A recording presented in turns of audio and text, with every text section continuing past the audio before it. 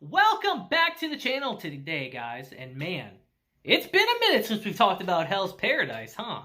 And the fault of that lays squarely on me. That's on me, guys. I'll be real with you. I hadn't even watched these past couple episodes until today. I just hadn't. Saturdays have been a really bad day for me to record, guys. But today's a bit different. So, we're actually going to go over 2 episodes. Because the show actually ended today, but we're a couple episodes behind. So we're going to go over 2 episodes today, guys. Now, the main focus of these 2 episodes is going to be about Tao. How to see it, how to feel it, how we learn about it, but more importantly, how to use it in the fight against the Tensen. It is the greatest thing that we can use against the Tensen. And we're going to learn all about that today. So buckle up, guys. I'm going to do this video a little differently than usual. So be prepared for that as we talk about Hell's Paradise episode 10 and 11 today. Now this episode kicks off immediately where episode 9 ended, with Gabimaru actually meeting up with Tamiya after his fierce fight with Sujin. And it's here while realizing that there's only one real way they're going to beat the Tensen. He actually suggests to Tamiya that they work together, which of course he initially refuses. So Gabimaru decides to explain to them what's been going on with the Tensen. And it's here realizing that he has the chance to fight strong enemies, stronger than he's ever fought before. Our boy Tamiya agrees wholeheartedly to help Gabimaru and team up. But now that they're a team, naturally, they want to know who Mei is, as we see that she actually aged up, and she's not a child anymore. She's a young girl, which naturally shocks Gabimaru, as it normally would. And it's here we see that she's even gained the ability to talk now, as she calls out Gabimaru's name. So now that that's the case, naturally, he has a ton of questions for her as a native of the island. But realizing that now's not really the time to ask these questions, he actually decides to thank her instead for saving his life. We see that his wife taught him manners, at the very least. But it's here, thinking back on when she saved him, he also can't help but ask her the burning question we all have. Are you like the Tensen? As he adds, if you know the Tensen's secrets and how to defeat them, please tell me. And to answer that question, she tells Gabimaru flat out, Tao is how you beat them. And it's here as we transition to Sagiri and the gang, Hoko actually starts explaining what Tao is, as he says, Tao is the power that flows through all living things. Everything in this world is created by the flow of Tao. To touch Tao is to touch the origin of the universe. But it's here during our explanation, we actually transition over to Norugai and Shion, as she is desperately trying to get Shion to teach her how to wield a sword so that they can get revenge for Tensa. As we see that he doesn't want to see any more young lives end before his eyes. And you can't really blame him in this instance, because this man, every one of his students has died. So you can't blame him for being hesitant. But it's here Norugai insists and actually begs him to teach her, saying that she doesn't want to see any more people she loves die before her eyes, because she's powerless. And it's here as Tensa's dying face flashes before his eyes. Shion gets it. He gets how she's feeling all too well. As he tells her, look, my techniques are not something you learn overnight. As he starts explaining how he is so strong, as he tells her, everything in this world produces a unique wave. There are waves flowing around our bodies, and I can sense those. Because of that, I know your height, weight, and that your hair is tied up, even though I'm blind. And it's here we're going to flip-flop between multiple scenes, because we're going to see how Shion actually understands the principles of Tao more than he already realizes. As he says, Using the waves improves not only your senses, but your physical capabilities as well.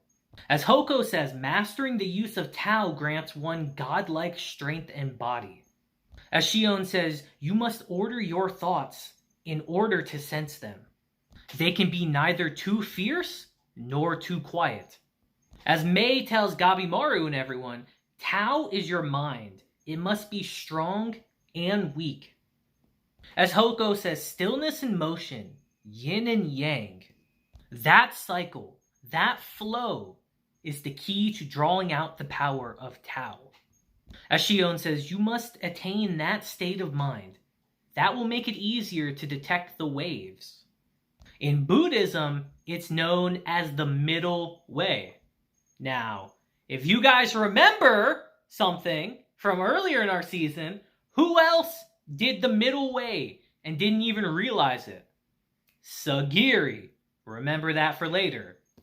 As Hoko says, that state of mind allows ones to exceed their normal capabilities. And it's here during this explanation we see Shion get attacked by one of the creatures on the island as he quickly takes it out and continues his lesson. As he tells her, don't rely on brute force. Use the weight of your sword to your advantage. As he tells her, I can't be your master. I have a job to do myself. Then adds, but you're free to study and learn on your own. Basically saying, like, look, I'm not going to directly teach you, but if you happen to pick up a thing or two while watching me fight, it is what it is. He's indirectly showing her kindness right here. And he's doing this because deep down, he understands that they don't stand a chance against the Tensen right now, and that he himself needs to get stronger. And it's here as we transition back to Gabimaru and Tamiya, we see that they are also getting attacked by monsters right now. As Tamiya tells him, you know, the best way to learn to fight is in the middle of a battle, baby. But it's here in this moment, Gabimaru notices that one of these creatures is far different than the other ones, and that they might be in a bit of trouble. And it's here we actually transition to Chobe and Toma as they're able to claw their way out of the pit they were thrown into, which should be next to impossible, as Chobe's only thoughts are to kill the Tensen that threw them in there. And it's here as Toma says that, alright, we need to come up with a plan. We realize that Chobe is actually a battle genius. As he says, we don't need a plan. I figured out their weakness. And their weakness is their lower bodies. As he explains to Toma that, you know, when I chopped the one Tensen in two, the monster started regenerating with its lower body, not the half with its head and heart. Which means its weakness is its groin or navel, its lower body. As he actually compares them to plants and how their lower bodies kind of act like roots. But it's here as he's explaining this, we get an unexpected guest show up, as they quickly take their distance from him. But it's here instead of fighting, the creature tells them, no, I want to talk. I simply came to investigate on orders from the Tensen. As he tells them that, you see, there are masters, and explains to them that, you know, my colleagues have gone to scout out the other humans who arrived on this island. The other Doshi. As he explains to them that, you see, the Soshin lack intelligence. They are defective. They are scum not even permitted to enter Horai. But the Doshi, aka them, serve the Tensen directly. They are their right-hand men. Within the palace, we study under the Tensen, while looking after them and handling troublesome tasks. Basically like the Tensen's generals, in a way. Think of it like that. As he asks them, go back into the hole and allow yourselves to become Tan. But as Chobe attacks him, that pretty much answers that question of whether they'll do that or not. A resounding no. And it's here we see that Chobe not only tanks his attack, but is able to actually rip his arm off in this instance, as he realizes, wait, you're superhuman. Did you consume the Tao? And it's here he realizes this man, Chobe, is strong. He's dangerous. And it's here as they continue fighting, he realizes that this man, Chobe, he has a predisposition for Tao, but he's exhausted. The disturbance in his Tao reflects a blind spot in his awareness. As we see, he's able to crush Chobe's throat right here, effectively killing him. And it's here as we transition into episode 11, it looks like Chobe is dead. That is, until he gets a sneak attack in and actually puts a hole inside of the Doshi's face. As he realizes, wait a minute, his throat regenerated. But then realizes, wait a minute, while he was in the hole, did he merge with them? As we see these strange markings appear on his throat. And it's here Chobe asks him, hey, what's this strange vibe I sensed from you earlier? As he realizes, wait, he's talking about Tao. How can he detect the Tao? Humans shouldn't be able to detect it. As Chobe realizes, could this feeling be the monster's power from earlier? As we see, he's naturally starting to get a grasp of what he needs to do to kill the Tensen through feeling alone. And it's here as we see them continue fighting. We see Chobe's arms get broken as he's able to regenerate both of them back. And each time this happens, the Tao in his body continues to grow stronger and stronger. He's getting used to it. As he says, he's exceeded human capabilities. And it's in this moment Chobe lands a nasty hit right in his gut, his navel. As he realizes, so that's your weakness after all, huh? Interesting. As we see his Tao is getting even stronger. And as the fight keeps going, we see that he's eventually able to even see it, to see the Tao in the Doshi's body. And as he starts panicking and tries to hit him with Tao, Chobe actually stomps down on his hand and says, I see, so that's how you gather it, huh? He's learning as he's fighting right now. Chobe is a fighting genius. That's what you guys have to understand. As Toma literally always says, he's someone that always adapts to every situation, and this is no different. As we see, he's actually able to start gathering Tao and completely blows the stomach out of the Doshi, killing him instantly. And it's here as we transition back to Gabimaru and Tamiya. They're trying to learn how to use Tao in the middle of this fight, but they're just not understanding the concept. As we see that Mei is trying to explain to them, but with her lack of speaking ability, they can't understand it, really. And it's here in this moment, noticing Mei on Tamiya's back, the Doshi that's come for them actually attacks him and is able to get and capture Mei off of his back. As he says, I have been secretly searching for you, Mei-sama. And it's here things start getting a bit more interesting. As he says, it's been centuries since Mei-sama was banished from the palace. She disappeared from Horai, and we were at a loss. And as Gabimaru asks what's going on, he says, I could ask you the same thing. As he says, I don't know what happened, but she does not belong with you humans. As he says, she feeds off of humans just like we do. As it's revealed that Mei has been a Tensen this entire time. Not honestly the biggest revelation. It felt kind of obvious, frankly. I figured a lot of you guys probably figured that out, but she's been one the entire time. And it's here in this moment, Gabimaru has to make a very important decision.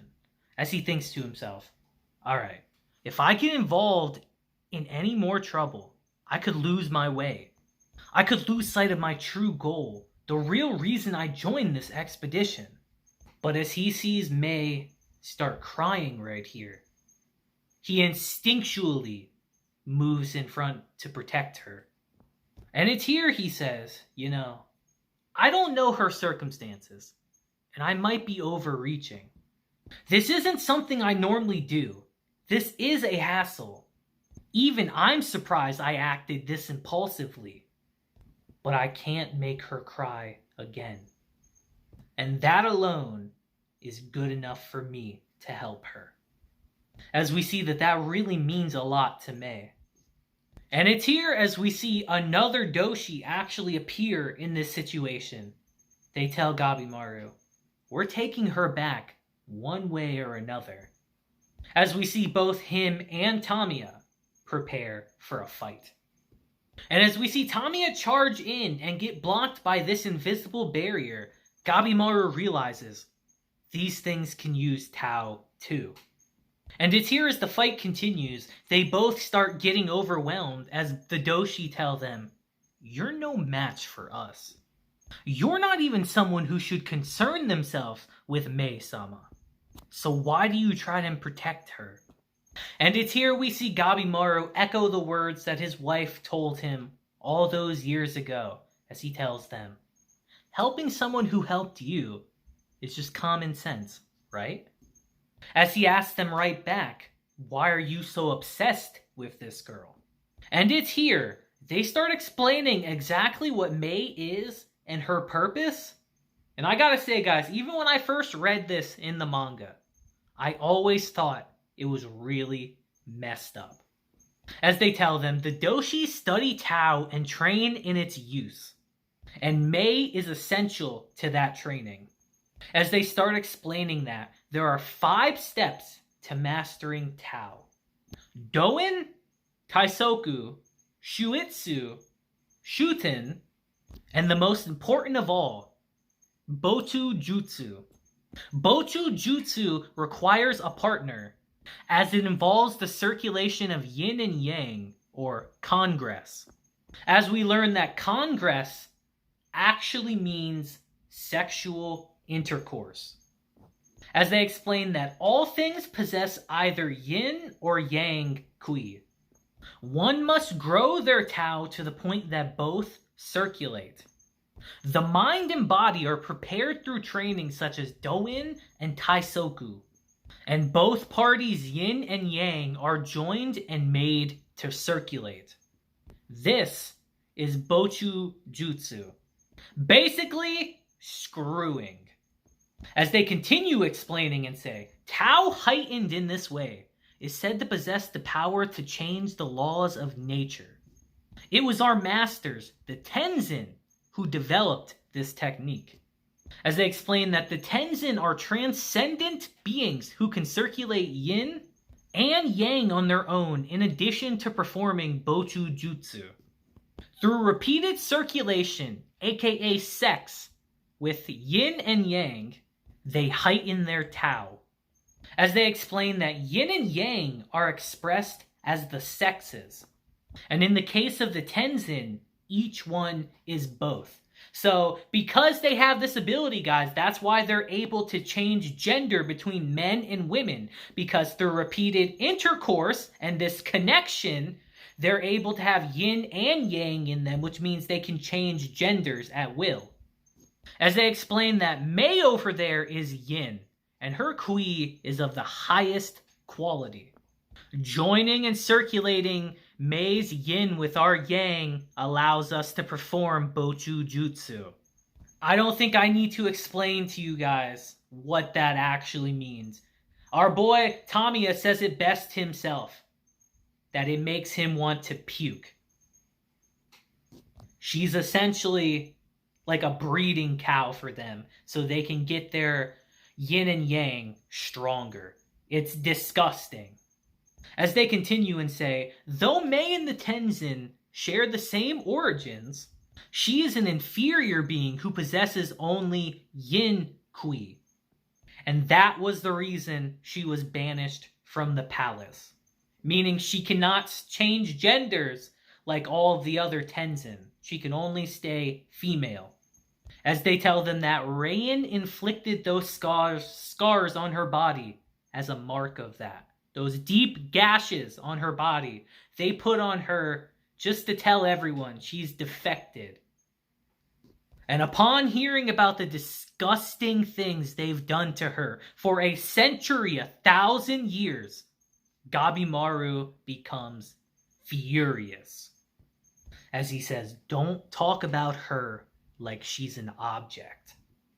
And it's here we see both Doshi take on a monster form like we saw Zujin did a couple episodes ago. And I will say, guys, that was a lot of information to take in. I would not be surprised if you guys are still confused by that. I was quite confused at first too. So if you have any questions about this explanation, let me know in the comments and I will try to answer you guys to the best of my ability, because it is a lot to take in all at once. And it's here in this moment, the fight begins again. This time, they are furious. And it's here we see Gabimaru put a barrier of fire between them just so he can have a couple minutes to try to figure out his next move. As he says, Tao, the invisible power. I can sense it vaguely, but I need to be able to detect it more precisely in order to fight. I need to understand it better. As he says, if only I could understand what Mei was trying to tell us. But it's here all of a sudden, we hear Fuchi actually tell him, you're straining yourself too much, apparently. As we see, he figured it out as he tells them, in order to see Tao, your mind must be both strong and weak. As he tells Gabimaru, I had Mei assist me in sensing my own Tao by having her touch it directly. As he says, sensing Tao requires training and a specific state of mind. In your case, Gabimaru, you actually need to weaken your mind. As he says, Tao is like a visible expression of life force. Without both strength and weakness, it cannot be detected. And as Mei starts helping him to feel the Tao around him, Gabimaru starts to truly understand what they're trying to tell him. And as our fight continues again, we see now he's able to dodge all the invisible Tao attacks being thrown at him because he can sense them, he can feel it. As he says, I can predict the intention and direction of his attacks from the movement of his Tao.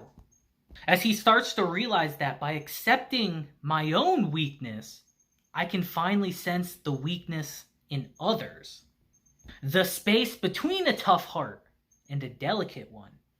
And in this moment, he finally starts to understand why Sagiri is so strong. She unconsciously already embodies Tao to the T.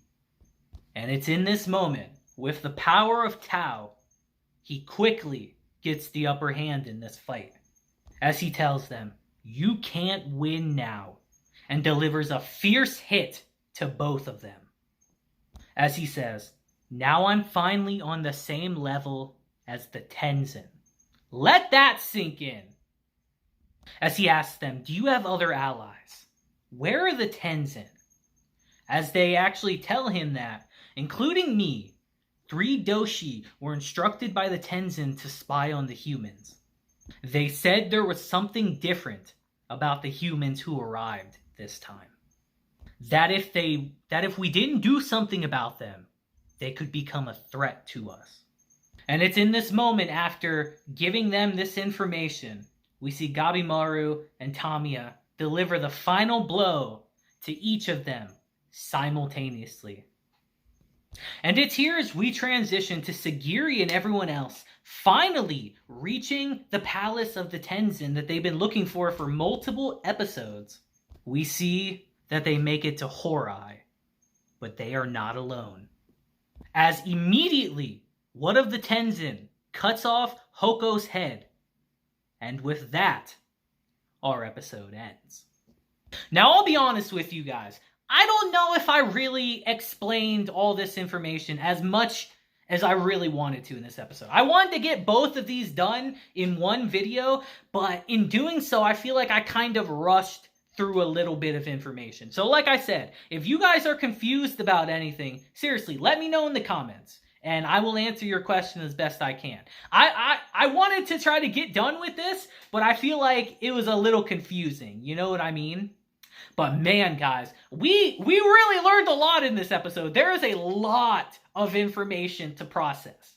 There is a lot as we go into our finale next week. As things are hitting a fan, our characters are learning about Tao, and they finally have the means to fight back against the Tensen. That means that our story is only going to get more intense from here. Next week may be the finale, but we are not even close to the end of our show yet. So be excited for that and stay tuned. I fully expect us to get another season. But let me know your thoughts on these episodes down below. Again, a bit confusing, but it's a lot of information we learned. We learned about May's backstory, which is honestly I've always hated because it's so messed up. Essentially, she's a breeding cow for them so they can multiply their powers, guys. It's really disturbing, honestly. But besides that, I'd love to know your thoughts on these episodes down below. And until next time, guys, because this is a long video. I hope you guys have a great day, week, month, and year. And I will see you guys soon for the finale of Hell's Paradise, baby. I'm excited, and I hope you guys are too. So until then, I hope you have a great day, week, month, and year. And I will see you guys next time. Deuces.